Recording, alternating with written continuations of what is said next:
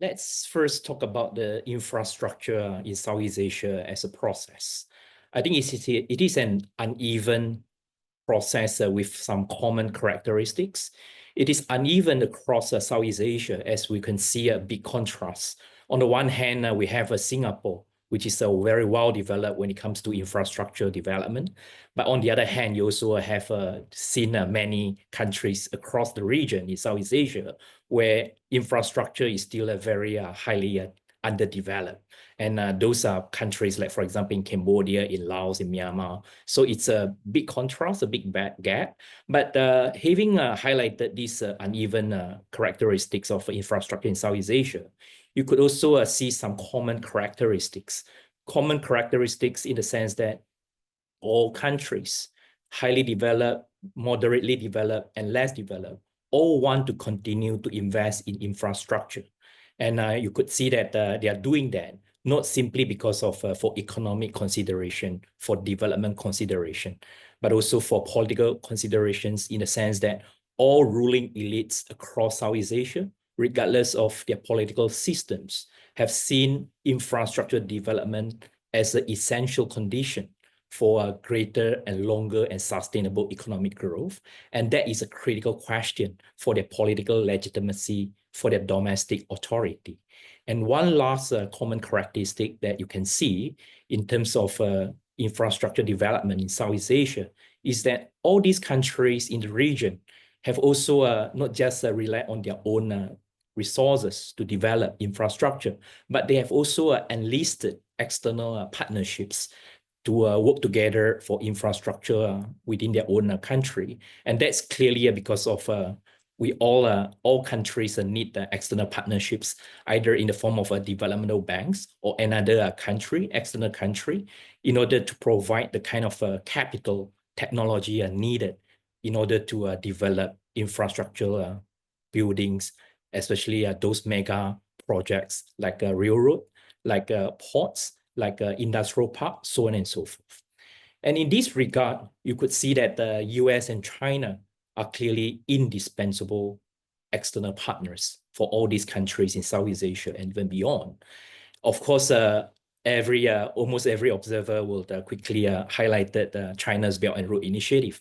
But it is very important to put things in perspective in the sense that before China's Belt and Road Initiative, you have already seen many other countries, either on their own as a country or through multinational development banks like World Bank, ADB, which are US, Western countries, Japan play a big role for decades. So in that sense, Belt and Road, China is actually a latecomer when it comes to infrastructure development in Southeast Asia and also beyond.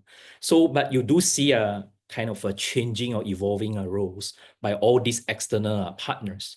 Earlier on, US was a big actor, and then USAID clearly is an indispensable external partner for all these countries to develop their infrastructure, road building, so on and so forth.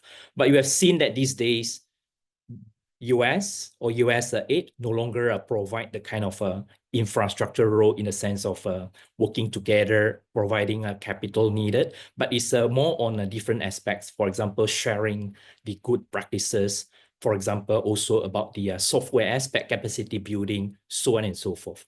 On the one hand, on the other hand, you could see that China's Belt and Road, since its launch in 2013, have provided a bigger role and direct role in working together with different countries across the region in terms of building all these mega project, big ticket infrastructure ventures, such as roads, such as highway, such as such as a high-speed rail as well. And you could see that all these roles, external roles, are complementary in some extent. Complementary in the sense that you could see on the one hand, as of now, China and others are providing greater assistance in terms of hardware. But on the other hand, in terms of software, we are seeing US and also other partners through G7, through in some would say the Quad member countries are providing the kind of software in sharing experience, good practices, so on and so forth. Whether and to what extent this pattern can be continued is a matter of desirability and feasibility, right? We meaning in Southeast Asia, I think countries generally are hoping more partners, more external partners can come together to work more closely, to work in a way that mutually complementary. But these are desirable aspects, and we know that desirability might not necessarily match with feasibility. In light of what is going on in Washington, D.C., the new administration's announcement about USAID clearly shows that there are certain aspects that many in the region hope to happen, might not necessarily be happen, but that only shows that more dialogues, more exchanges of views like these are more important than before. And eventually, countries, big and small, near and far, do want development, and development is not a matter of economic issues, but also political issues, and it's about the what human beings in general can pursue together.